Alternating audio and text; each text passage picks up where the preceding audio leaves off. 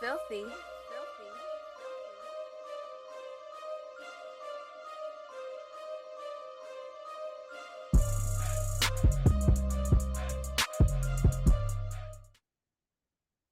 Peace and blessings, peace and blessings. Welcome to another episode of the Prolific Perspective Podcast. Today I have fellow entrepreneur, business owner, and all-around business hustler, Hassan Houston joining me today. Brother Hassan, man, I want to thank you and appreciate you, brother, for taking the time to stop in and chop it up with us on the pod, man. So welcome to the podcast. I appreciate you for joining us. And can you kind of let the people know a little bit about yourself and the type of business that you're in and how you got into business? Yes, indeed. Well, first off, thank you for hosting me. You didn't have to, and you did, so I definitely appreciate that. And so to give everybody a little bit about myself, so I've basically been in the financial services business since December of 2008. Now, the way I came into business is by accident. um, I studied business in school, studied a little bit about finance in school, but that was not the road I was looking to take. I was looking to become a professional NFL player, and I was going to open up some businesses on the side, have my money make money, and then we take off from there. Right. Well, long story short, I didn't make it. Come home in 2008. And so everybody knows what happened in 2008. The market tanks. So I couldn't really get a job either. But to add a cherry on top of the cake, my dad ends up having a heart attack coupled with a stroke. My mom was in real estate. So my mom stopped selling houses to nurse my dad back to health. Our family went from over $250,000 a year to $30,000 a year. So I was forced into the industry just so I can learn about money to help my parents out and to make sure that we could, keep what we had left. Right. Because based off what happened, my parents lost their retirement funds, their investment properties, and were struggling to keep our primary residence. So that's what pushed me in the direction. Wow. No, that's powerful, man. I promise every person, every guest I've had on here has some sort of testimonial where adversity forced them into business, whether it was losing their job, whether it was something similar to your situation, whether it was they were ready to take the leap, but they wasn't a fully ready, but then something happened that kind of literally made them make that leap. One brother I had who was a consultant here in the Florida area, he actually got told on April Fool's Day that they were closing down his office and he had to lay off his staff. And I'm like, are you serious? He's like, I'm serious. So it's just like, it's crazy, how different paths can lead us into entrepreneurship. So when all this took place, like, what was the initial like jump? Like, what did you do first? You started with like, what process did you start in terms of business? Good question. So I'm the oldest of three. So I guess you could say that the sense of responsibility was inherent for me in that regard, where I was like, okay, if stuff's going on, what could I do to help? Right. And so the first thing I did is I became a client where I started saving more because I knew I needed to save based off of what was going on around me. Right. Then when I was told, oh, there's opportunities in the field where you could work in life insurance, you could work in investments, you could do these things. Well, once I started learning the concepts first, just so I saw the value. Once I learned it, I said, okay, let me jump in this industry and let me see what I could do to help people out. My initial goal was just to make a couple $1,000s a month to help supplement my parents' income. And I was doing that while I had a job at Enterprise Rent-A-Car, because on my end, people talking about $250,000 minimum offer. Now, I wasn't going to be no high draft pick or nothing, but, practice squad, you still making $250,000, right? Sure. So I'm like, okay, I in my head, I'm good. And then I go from there to making $30,000 a year at Enterprise Rent-A-Car. Wow. So those, all of that came together to make me say, what else is out there? Right. You know what I'm Something saying? had to give. Nah, that's crazy. That's crazy. Yeah. So now you did that in terms of like the insurance, and so it seems to me like you were more so like a financial advisor. Is that correct? Yeah, you can say that. I started out as a life insurance professional, or just a basic life insurance dude, where you need life insurance to cover your death benefit. I'll help you with that. Gotcha. As I dove into the information, I seeked more info to become more. And the reason why is because from my standpoint, I had a great childhood. Right. My parents did everything right. They both of them went to college. Right. They planned for retirement. They planned for me and my siblings to go to college. They planned for what would happen if they passed away. And yet, even though they did all that right, they still took an L when 2008 hit. So in my head, I'm like, there has to be more to this game than what they're telling us. Oh, yeah. Because my parents did everything you're supposed to do, you know, from the outside, Yeah. according to popular opinion. Yeah. They did everything you're supposed to do, and yet we're still taking it. Something's not right here. So even when I came into the industry, I came in with that type of mindset. Even though I'm helping people with this, is there something else? You know what I mean? Oh, yeah. And so that's how I grew into becoming more advanced and reaching out into other fields or other concepts in the life insurance industry. No, that's deep, man. And I'm, you know, I hate that that happened, but I'm glad that that topic came up because Yeah, something that I know I can relate to is adversity, bro. Like in 2008 yeah, year, every time I hear that year, it kind of makes me sick to my stomach because that was my first attempt at getting into real estate as an investor. I bought my first home, I believe in 07, going into 08. And at the time, bought the home. I was up about 100,000 in equity. It was a bank foreclosure, and I got a steal on it. I was gonna pull out the equity, go buy 2 or 3 rental properties, and you know where yeah, I'm at, you know, it was just taking off, and then boom, the crash hit. So that happened, and I'm like, oh man. So that set me back. I'm like, I still got to be, you know, in this corporate America job and still working 9 yeah, hours. It's crazy. And then we fast forward to I get through a lot of that adversity. Now I go through the adversity of, you know, separating from my children's family and I mean, children's mother, divorce, all that stuff. So throughout that, I found my path and my gift of speaking, doing public speaking. Get that yes, rolling. We getting ready to roll, take off, and resign from the corporate job. COVID hits, and then now I can't travel and speak, and you know what I'm saying, I can't talk to people in person. Like it was crazy. I'm like, man, so you mean to tell me I do all this to get here to get the rug ripped from under me again? So it's like yeah, that's what's like so crazy about life, man. You can never account for lifing. Like you can never account for it. You know what I mean? And yeah, the biggest thing that I get from that though, and is I'll have you share yours first, and but then I'll share a little bit about mine. But instead of the laws, I feel like you learn lessons. You yeah, definitely learn lessons. absolutely. So now with those lessons that you learned, being based out, even they weren't directly your lessons, they were the lessons from your parents. How did that make you stronger, and how did that prepare you to do what you did to get to where you are today? Because I know you've made a huge quantum leap since that to where you are now. So how did that lesson in life get you and motivate you to the point now to inspire you to be who you are now and to put in the work that you've put in to get to the point you're at now? That's a good question. And you saw me looking around because I really thought about that. One of the things that I would say is if you really adopt the mindset that it's not a loss, it's a lesson, um, then you really start moving where you're not losing. You just have more resolve and determination. Mm, And I truly believe nothing is more powerful than a single-minded focus. mm, Um, when my parents were in their situation, that just gave me a resolve to say, okay, I'll win in certain waters that I probably wouldn't even tread before. mm. But at the time, I didn't see it as dangerous because to me, our situation was dangerous, not commissions. You see what I'm saying? Yeah. So I would argue that lessons force you to step outside your boundaries, whereas before that comfort may have kept you inside the fence. Mm. I like that. You know what I'm saying? I like that. And the reason why I say lessons force you outside your boundaries, because if it's a loss, you tend to stay inside your fence too, Mm, because now you're sulking right. and you're feeling sorry for yourself and things that, so you're not expanding yourself.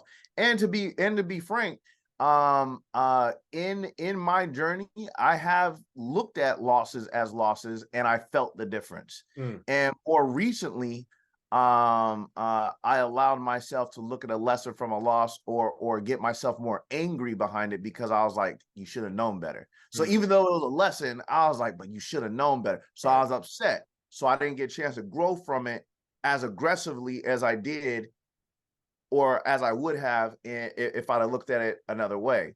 Mm, We talked about this earlier. Another thing recently is my dad passed. mm, Um, one of the things that he told me before he passed is he told me about how proud he was of me about certain things that I was doing in life and things of that nature. Well, I'm holding on to that because in my mind, he wouldn't want me to stay behind the fence and feel sorry for myself and feel sorry for him. He mm, would want me to go beyond the yard, beyond the fence to claim more grounds. So I'm using that as resolve to push forward. Doesn't mean it doesn't hurt. Doesn't mean that I don't think about him. Doesn't mean I don't miss him.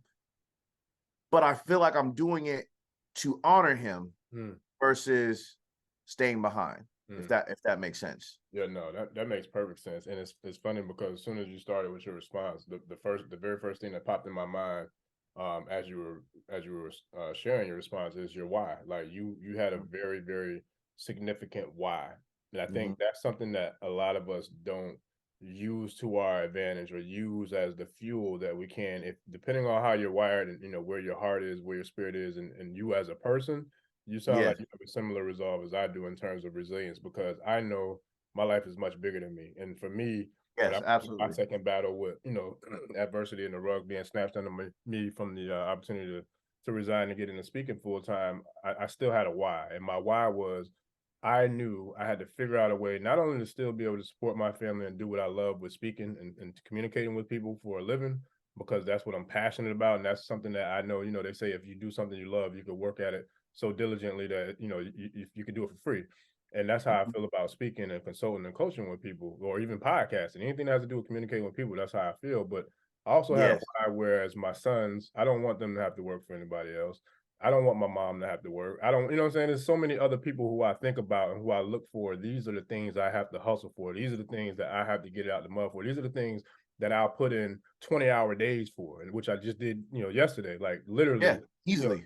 because it's like I know it's way bigger than me. You know what I mean? A lot of people Yes. don't see Yes. that. A lot of people, they'll never know what someone goes through or what somebody grows through, based off of what they see in the afterlife or in the after, the grind, and after they went through everything that they went through in order to get there. But just listening to your answer, to me, it was your why. And I feel like that's a very powerful tool, or a very powerful fuel for us to use to grow.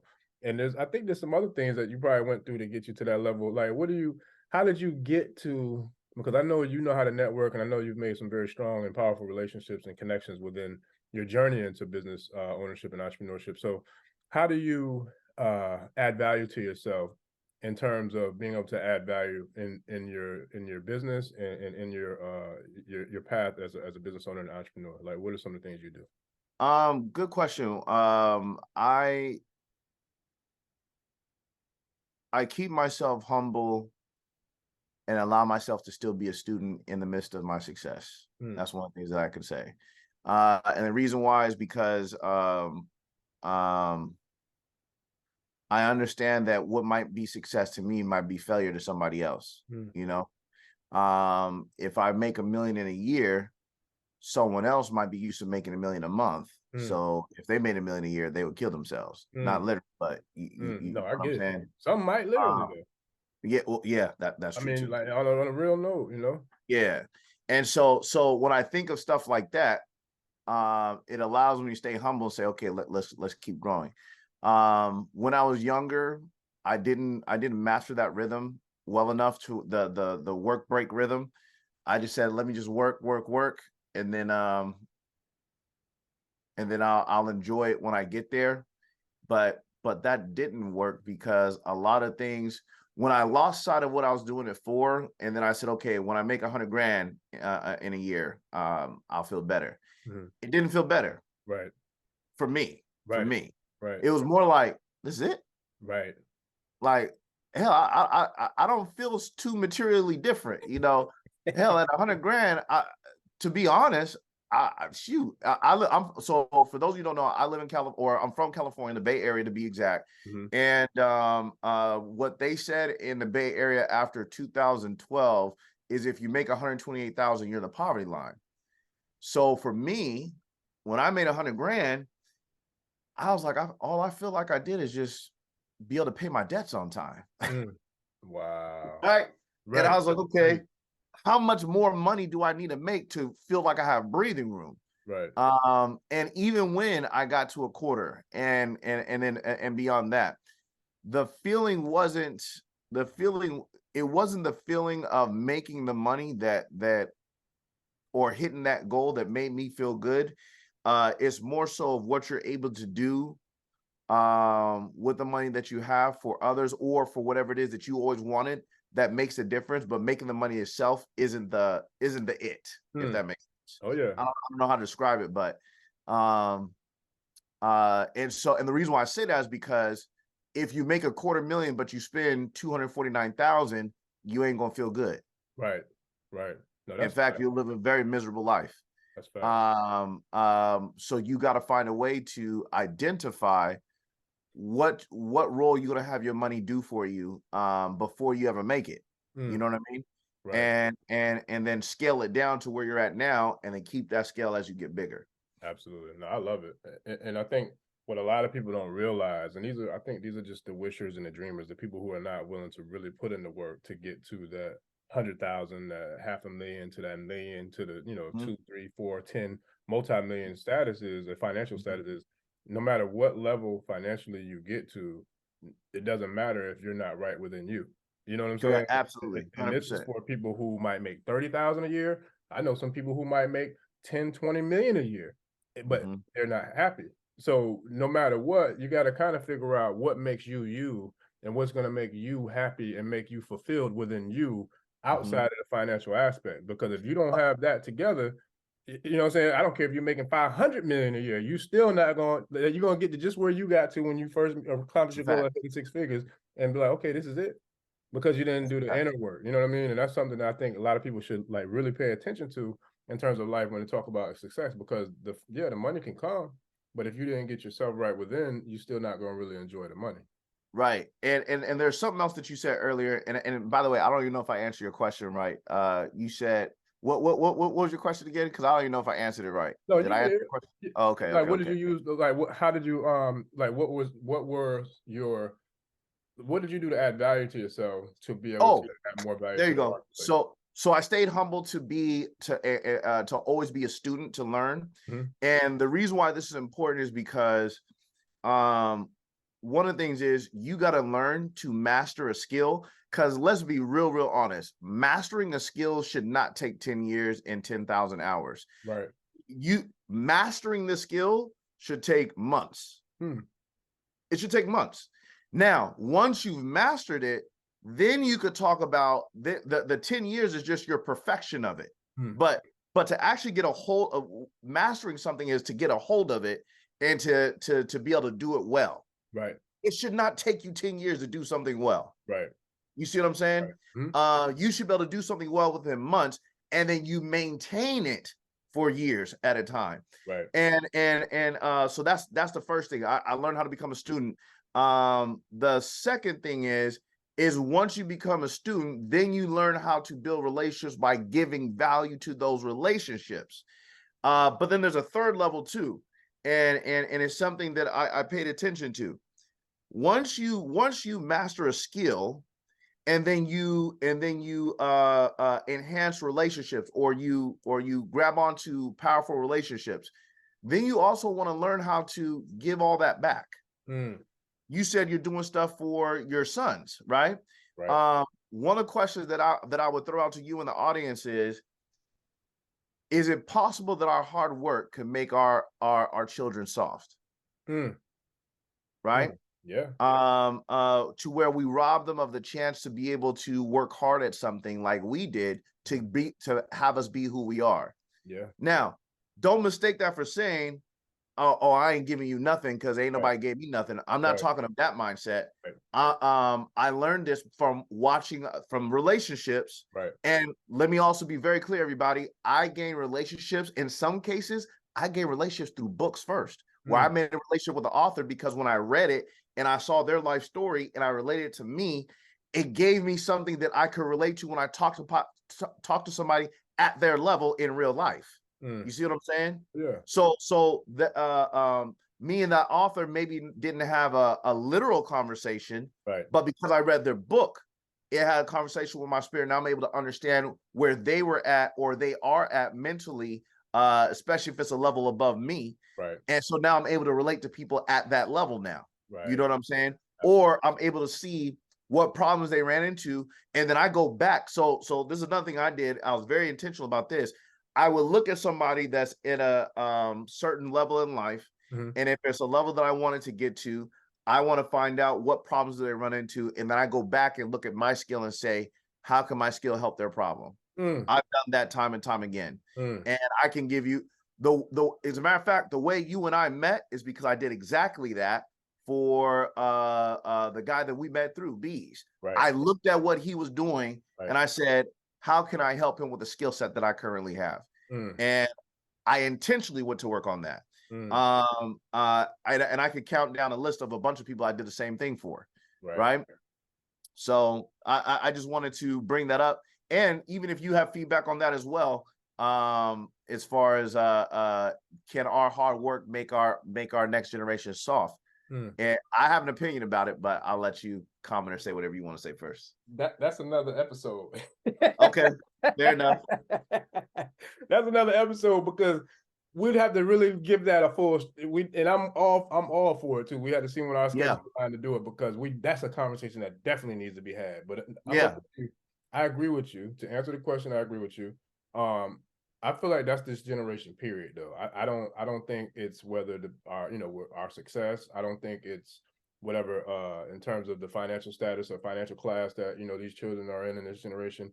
I feel like from children that might come from the hood, the children who might be in the hills, like I feel like that's just what it is with this generation. They're different. I feel like they're different in so many ways in a positive aspect, but in terms of being soft, in terms of not having the emotional intelligence and the resolve and the grit and the resilience and so many different things that people our age and generations before us had, I think it's because it's a gift and a challenge. And I'll say I strongly believe in technology playing a major role in that. I strongly believe in social media playing a major role in that. And I strongly believe in intentional programming playing a role in that. And that's why I said that's so much of a deeper, a whole nother level of a show that I would love and I can't wait to get into. But I feel like that's a lot of things that was intentionally, strategically done, by design. However, the children, and I've seen it in a lot of different ways and a lot of different age groups, from elementary all the way through high school and college, from different speaking engagements or just different opportunities I've had to speak in schools, etc. And there's some that I could tell it's going to be a tough road for them because they just don't get it. They don't want to get it and they are soft. And then there's some they blow my mind. I'm absolutely astounded. I've seen elementary school children. I'm like, wow, like you really just said that? Like what star system did you come from? Because it clearly wasn't here.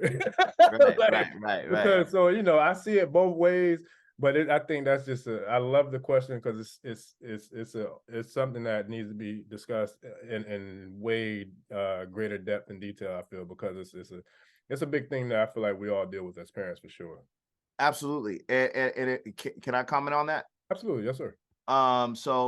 So basically with me being in life insurance, I cannot count how many parents I've come across that said, I don't want to leave nothing to my kids because ain't nobody left nothing for me. And when I initially met that, I was like, how could you think like that? That doesn't even make sense. Like, and then one of them explained to me, like, I'm not trying to make my kids soft. That's basically what he said. And when he first said it, I said, oh, I didn't have a response. Right. But then what I learned, and I'm talking to everybody from an insurance standpoint. I'm not even talking about life yet. Right. From an insurance standpoint, I went back and I researched on it. And what I found is it's not about what you leave. It's about how you leave it. What do I mean by that? I can have $1 million. So I can have $1 million life insurance policy and I can gift that to one of my children. And let's just use one example. So that way it's $1 million coming to one person. Two problems. If I've never taught my child how to do it, what to do with it, it's going to be wasted. That's number one. Number two, if I have it to where they could be rewarded or they could be awarded that $1 million and I don't have any steps for them to receive it, again, it could be wasted. So one of the things I learned is just because you have life insurance and you're leaving an inheritance doesn't mean that you could give it outright and just give it for free. I was taught that you could actually leave instructions. My best example of this is what's the Power? 50 Cent's show Power. When Ghost died, he had an inheritance for Tariq to inherit, but Tariq couldn't get it unless he went to college and did XYZ, unless he got XYZ. So based on the steps that Ghost had for his son, that would grant him money. And for each step, X amount of dollars was given to him. Wow. The next step, Y amount of dollars was given to him. The next step, Z amount of dollars was given to him. We could do the same thing with life insurance. Oh yeah. You see what I'm saying? And now the value becomes, I'm not just, it goes back to the old saying, would you rather give a man a fish or teach him how to fish? But the problem is everybody says, I'd rather teach them how to fish. But when it comes to our children, we give it to them. Yep. You see what I'm saying? Oh, yeah. I want to make sure it's very clear. I plan on leaving my children a wealth of things. And that includes money, that includes property, that includes business, all that good stuff. But at the minimum, for anybody who's listening to this, at the minimum, you're passing on your mental legacy as well as any other material legacy that you have. And if you don't pay attention to how that goes down to the next generation, you're giving a man a fish and you're crippling him because he won't be able to feed himself the next day.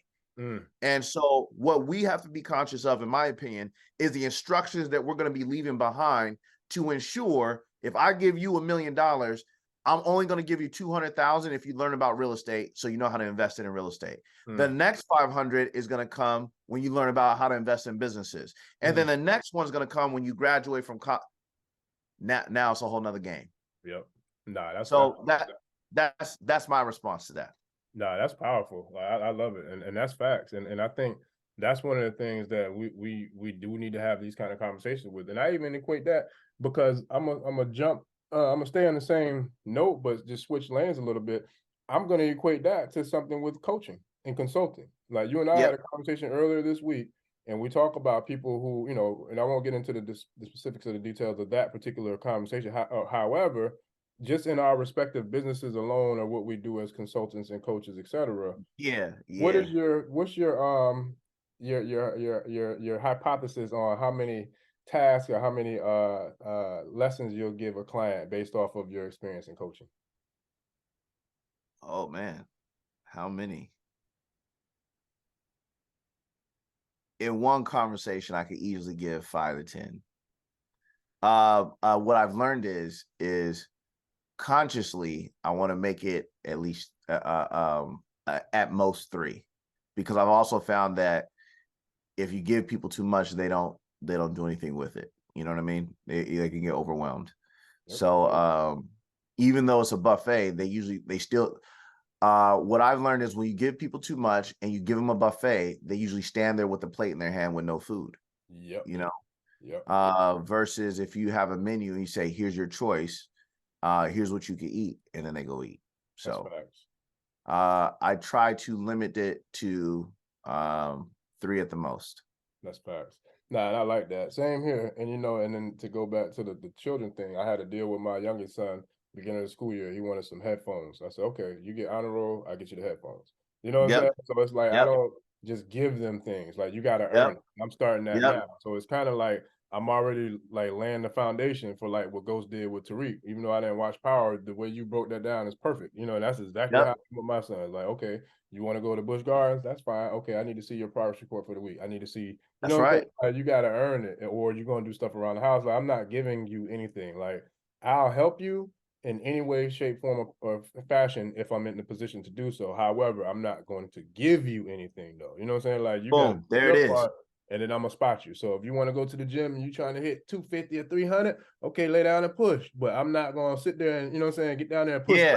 Like I'll spot you, but you know, I can't do that. That's a great example. That is a great example, because in some cases, most of us, we can't curl that much, you know. So if I spot you, I can't lift it for you. You better be able to hit this thing, you know, because it's gonna be ugly. That's real. That's real. That is real. Okay, man, it's a good show. I'm looking forward to seeing this one. Okay, let me ask you this: in terms of relationships, because that's what the main topic was. I know you said earlier about you figure out different ways to add value, and then you do that. And so, what are some? I know that the book, the way you said when you read the book and you look and you focus on it, but I think both of us have been blessed to leverage the ability to add value to kind of grow our relationships and to grow our networks, but also which ultimately puts us in the position to grow our opportunities. So what are some of your principles and fundamentals that you use within yourself to know that, okay, this is what I'm going to do to add value so I can acquire this relationship. This is what I'm gonna do to add value so I can acquire that relationship. And then what do you do with those relationships once you make them? You know what? One of the most basic skills I think people overlook is to be able to listen. Mm-hmm. I think most people come into a relationship trying to be interesting instead of interested, Mm. right? So they don't listen to the other person to be able to do anything for them in the first place. Mm. And a lot of times people look at relationships as transactional versus what's it called, symbiotic, Mm-hmm. where we're benefiting each other. Right. Well, I'll put it to you like this: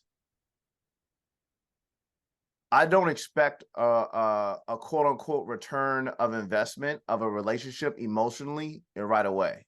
Mm.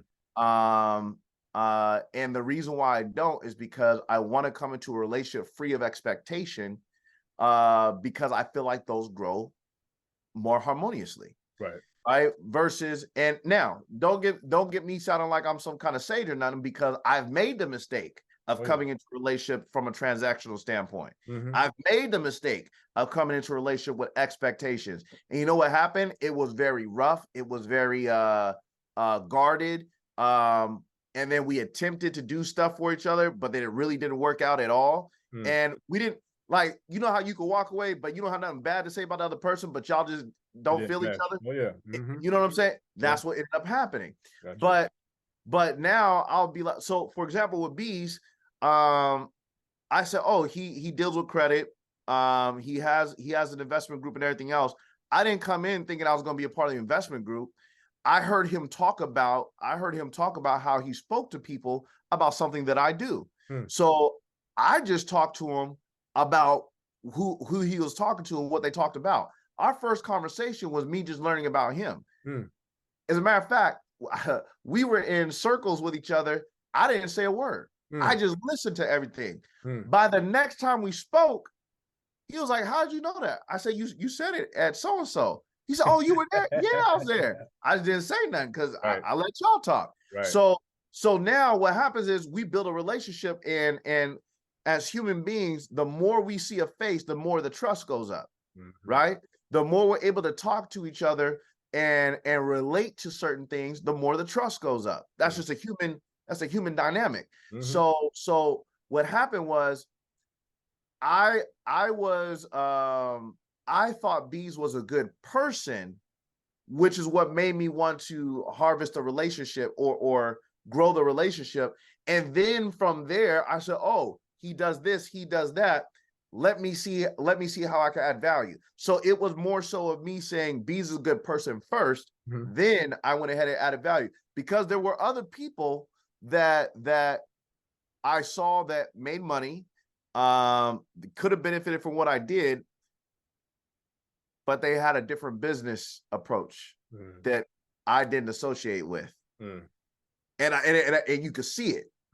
So I had no interest in developing a relationship with them. And one of them in particular, I could have made more money, but I didn't, right? Because I didn't further the relationship with them, but it was a choice though. I'm okay with that. But to be even more specific, Bees is a relationship that came out of three introductions before him. Okay. So one of the introductions was I came into a group called Recession Proof just to learn more about credit for myself. And everybody knew about credit already. I didn't know they was gonna know, so everybody talking over my head. So I'm like, okay, let me just listen to see what everybody else is on and what they're doing. So that I came in there with that approach. Once I saw what I could help with, I spoke up about what I do. Then from Recession Proof, I met somebody named Van. Van had a mentorship where he could help people learn about social media. I said, I need to learn about social media. So I got with Van. And Van introduced me to Nick, and then he was associated with Bees real tough. I said, you know what? I've seen Bees before. Could you introduce me to him? Long story short, he said, yeah, later down the line. I went to an event for Van's mentorship, but then I also got invited to someone else's house, and it turned out it was Bees' house. That was one of the places that I met him, and I was there, but that's why I said, I said hello. That's another thing. Every time I go into a room, I speak to everybody. Right. And just to be really blunt, whether you're the waiter or the janitor or the head person in charge, I'm gonna speak to all of you, and I'm gonna say hello to everybody. And if I missed anyone, I'm gonna go back and apologize and acknowledge that I was in the wrong for that, and that was my bad, right? So that's one of the things. So I'm gonna come in. So I don't come in and I just don't talk to nobody. I come in and speak to everybody, but I let everybody else talk, and then I'm gonna ask questions and let those people talk. And so Bees didn't remember me initially because I came in, hey, what's going on? Oh, how you doing? People don't remember you from greetings, but I remember what he said and I brought it up, right? And people, what do people love to hear? There's a book called How to Win Friends and Influence People. Yep. I encourage everybody to read that book and just take one or two things from it and then go back and read it again, and then take one or two things from it and then go back and read again. That's what I would say. Because there was a time where I used to say I was bad with names, right? I refuse to say that now. There was a time where I didn't think I could add value to relationships and I wasn't a good listener. Well, that's not the case now because I read, that's not the only book, but that's the best starter book. Right. And so basically when I meet you again and I'm able to recall what you talked about and bring it up, you know I'm not BSing you because you're like, oh, I did say that, or that sounds like me, right? So Right. you must have really heard me, Right. right? And being able to go over and beyond what people expect from a relationship also makes a difference as well. Mm. Once Bees and I like really started building a relationship on a business level, I flooded the relationship with, oh, well, here's something you could do with that. Here's something you could do with that. I'll be willing to help with this. I'll be willing to help with that. And I didn't ask for no money. I didn't ask for no connections. I didn't ask for nothing in return. I was willing to contribute. Based on that, he saw that I was trustworthy. He saw that I have real information that people can benefit from. And then he said, can you help me with this? And then if he offers something, I wasn't going to turn it down. Right. Right. I know that's right. But I'm not coming in saying, well, I'm gonna do this. I need you to give me that. I don't need that right away, Right. right? Because of Bees, I learned about business and I got introduced to people in reference to business that those relationships alone are changing my life. Yeah. Not subtracting, let's subtract Bees and the BBI away from it, right? But that has been life-changing. I want to make sure I say that. That has been life-changing. But let's remove that. Right. Because of what I learned there, I met other people and that has become life-changing. So I don't need that person to give me a handout. But if they give me one, I appreciate it, but I'm just glad to be able to contribute. Does that make sense? Oh, it makes perfect sense. I was just like listening to all the songs. Like it's crazy because the first thing you said, I mean everything, I liked everything, first of all, but the one of the things that stood out the most to me is being someone who goes from just the interest to being interested and also listening more than talking. And I'm somebody who I love to talk. You know what I'm saying? I talk Yeah, a lot, but to me people that I too. rock with, you know what I'm saying? But that's a lesson I learned recently. I'll say within the last year or two. I wake up every morning. My ritual is to, throughout my prayers process, I listen to YouTube channels on mindset. You know what I'm saying, like positive videos with ET, Les Brown, David. What's his name? The dude, the Navy SEAL. I can't think of my boy name. Goggins. Goggins, yeah, Goggins. You know what I'm saying? All the OGs of the mental mindset space. And it just gets me right, in the mood. But one of them one day, I'll never forget, I can't remember which speaker it was, but he said he learned a lot from his father. His father's a very successful businessman. He ran a very successful company. But he said one of the things that stuck out the most about him and his relationship with his father was when he was allowed to attend one of his business meetings. Mind you, he was the head of the corporation. But he said his father was one of very limited words. He said whenever they would have roundtable discussions, he would be the very last one to speak, and he would say the very least the whole entire meeting. He said, but what he said made as much as an impact, if not more, than everything else that was said by everybody else in the room and in the meeting. And I was like, wow, it really stuck out to me because I know, being someone who likes to speak, being a speaker, being a coach, consultant, etc., I like to talk. But when I get into spaces now where it's other people, other entrepreneurs, other business owners, no matter who it is, even family, certain aspects, I sit back and I just be quiet and I just listen.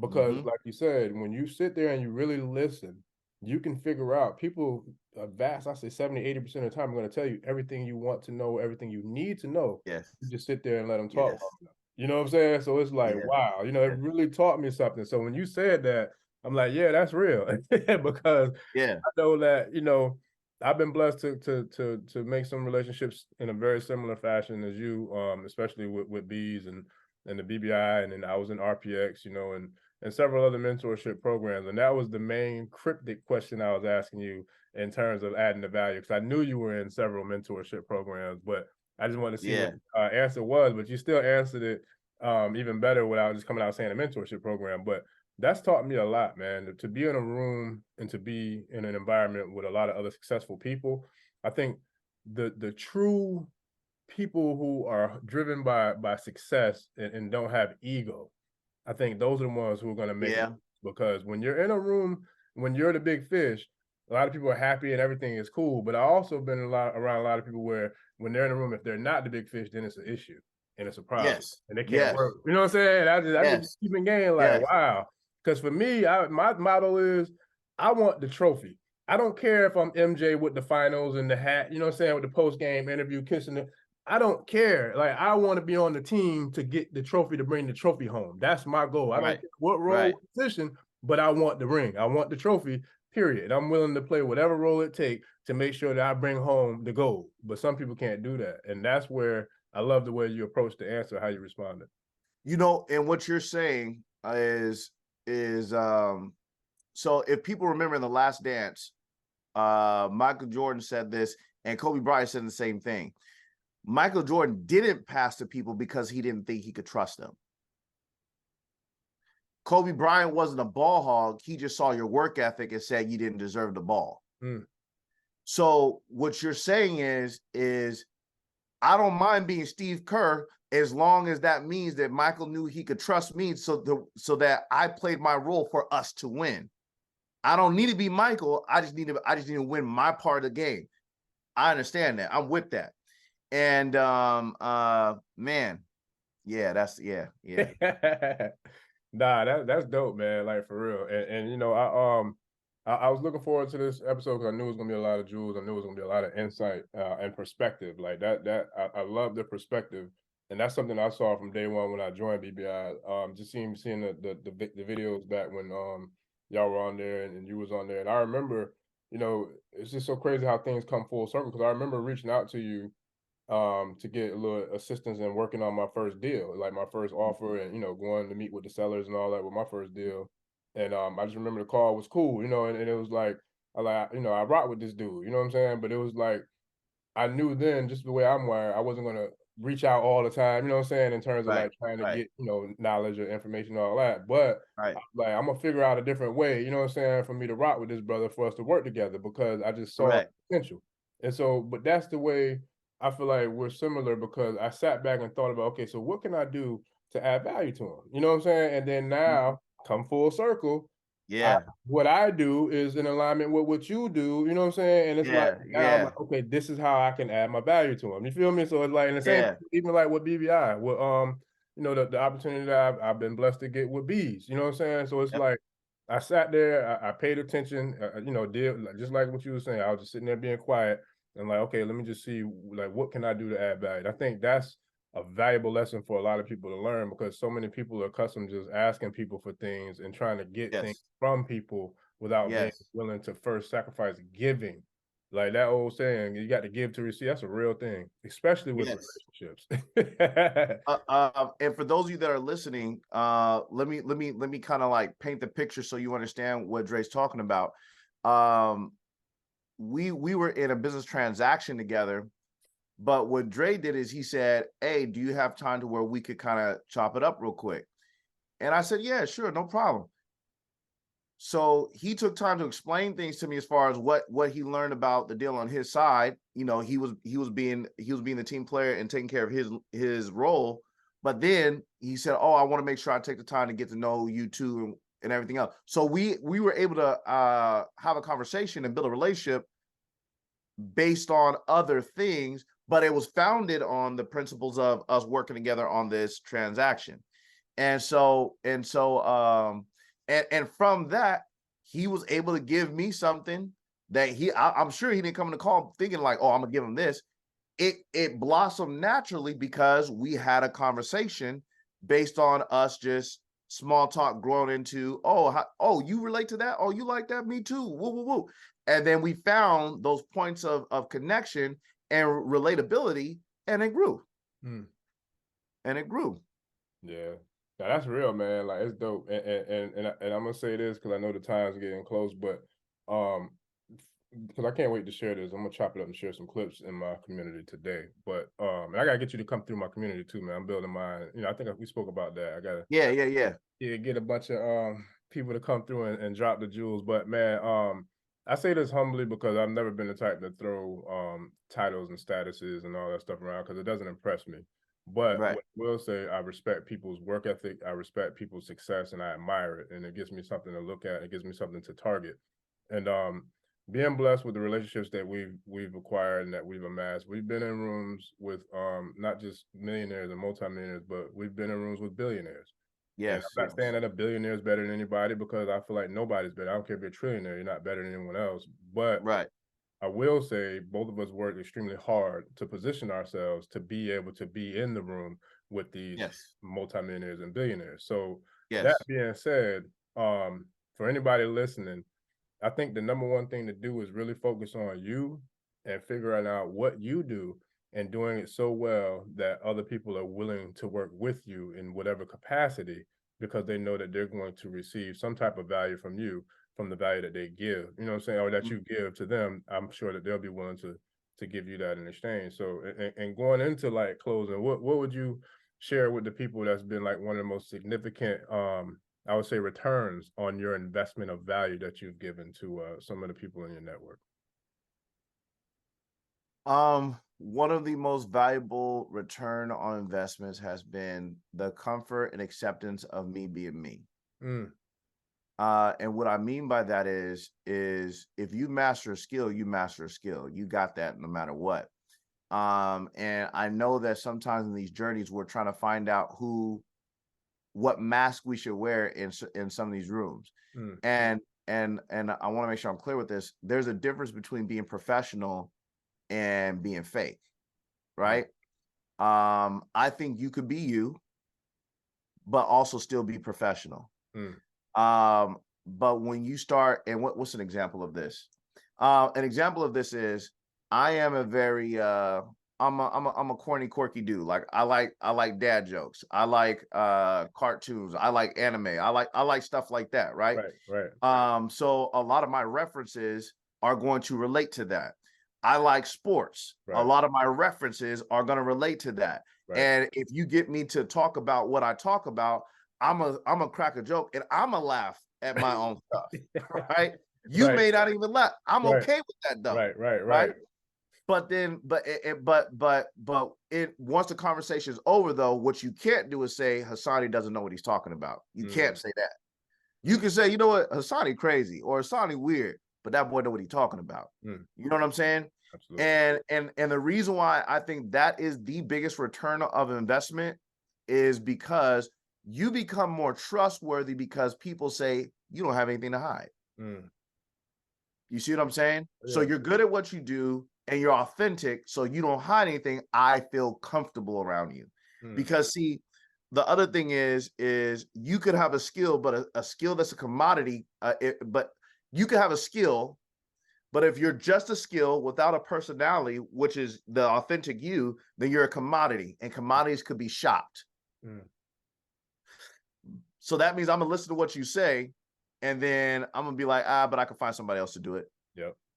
You know what I mean? Oh yeah. Versus if I give you my skill, but then I give my unique way of delivering it, my unique way of talking about it, my unique way of solving the problem, because I'm in tune with who I am. Well, then now you can't commoditize me. Right.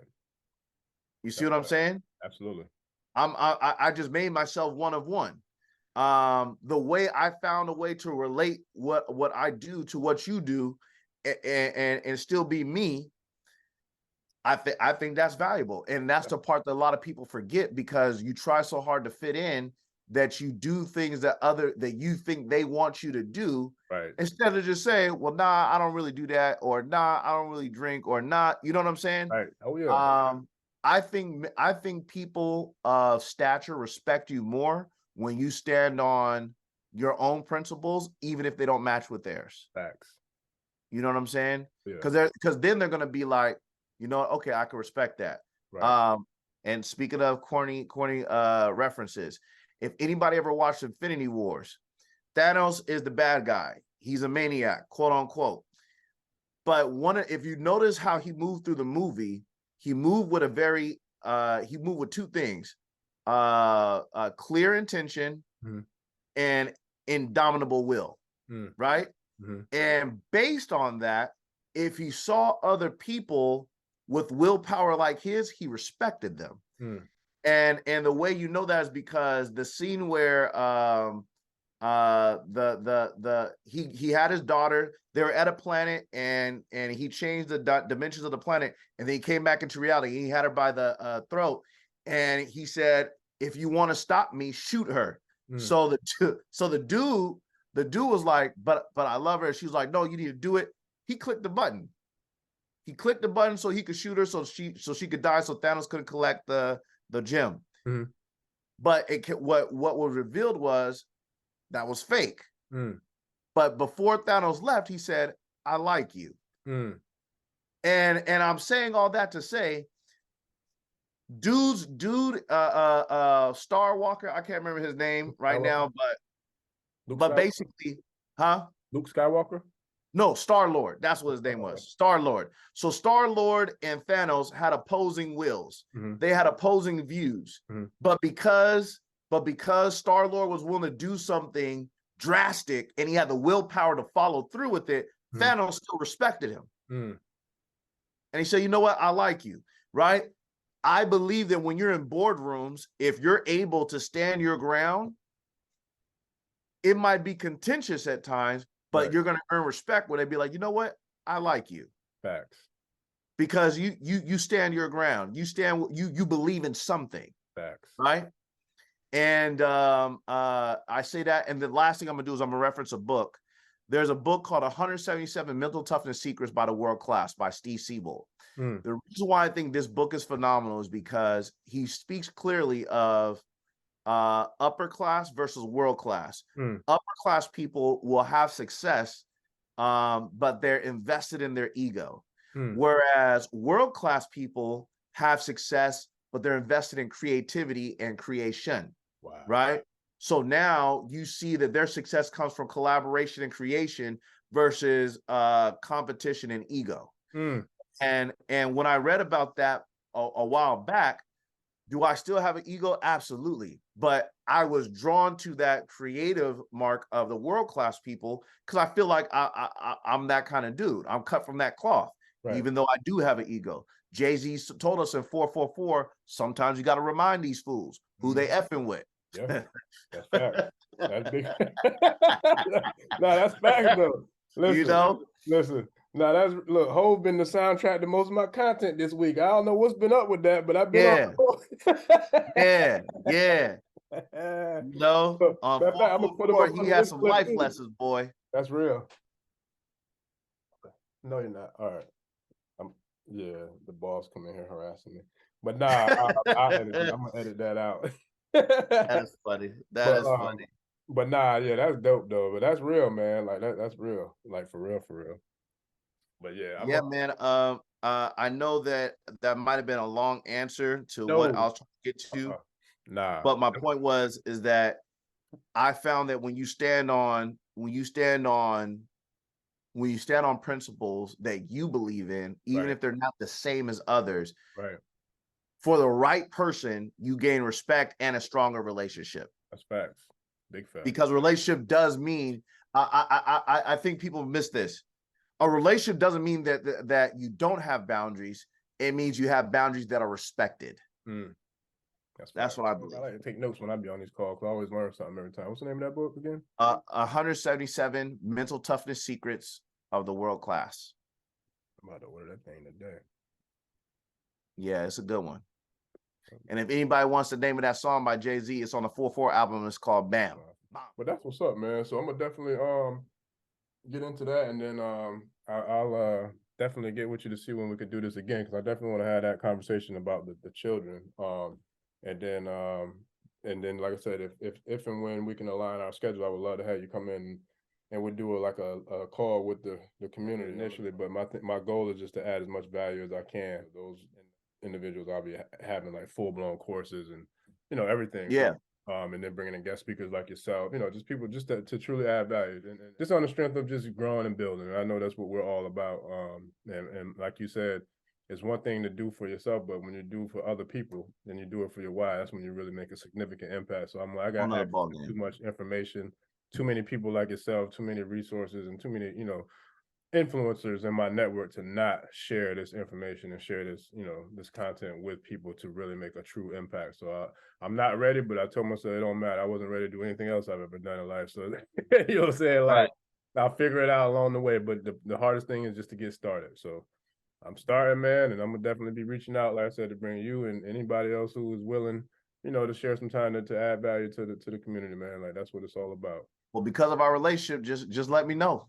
For sure. That's for let sure. me know. That's real, man. We're gonna make it happen for real, man. So I definitely appreciate you. I appreciate you taking the time to stop by on the Prolific Perspectives podcast, and I definitely be reaching out. Real quick before we get out of here, though, you want to kind of share with the people like where they can find you, the products and services that you offer, and how they can connect with you to potentially link up with you to get some of your to invest in some of your products and services.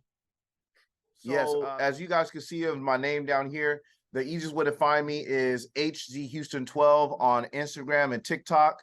I'm also on YouTube, Spend the Same Dollar Twice, and Facebook, just Hassan in Houston. So, but the main thing is I don't just work in life insurance where I just show you how to get a policy to give to your family when you pass away. I show you how to build a policy to benefit from it while you're still around. In other words, I show you how to become I show you how to become your own bank. Oh, there you go. So I show you how to become your own bank and eventually learn how to spend the same dollar twice. Now you might be asking, well, what is that and how does that work? You're gonna have to tap in to find out. Can't tell you that. Right. That's what's up. I definitely appreciate you taking the time to join us and tap in and share a wealth of knowledge and information and wisdom, which I already knew that you would. So man, big ups, man. I definitely appreciate you, brother, and I'm looking forward to doing it again. Yes, indeed. I'm really big on the generational wealth stuff. So for real, like when you want to do that, let me know, because that is something I'm huge on, because there's some conversations that need to be had so people understand a better way to pass on wealth and not be afraid of consequences, because we have more control and confidence that we could dictate the outcome of the consequences, right? So I look forward to that. That's my wheelhouse right there. I feel like I've been exposed to and blessed with so much like knowledge and wisdom and value, being a member of these mentorships that we've both been a part of, that I can see there's so many people that I know that, what I'm saying, that I know need help, and I feel like just having all this information, I have to share it. You know what I'm saying? Appreciate it, brother. I appreciate you. All right, ladies and gentlemen, this has been another episode of the Prolific Perspective podcast. Thank y'all for tuning in. Please like, subscribe, and share. Brother Hassan, thanks again for coming through. We out. Peace. Yee.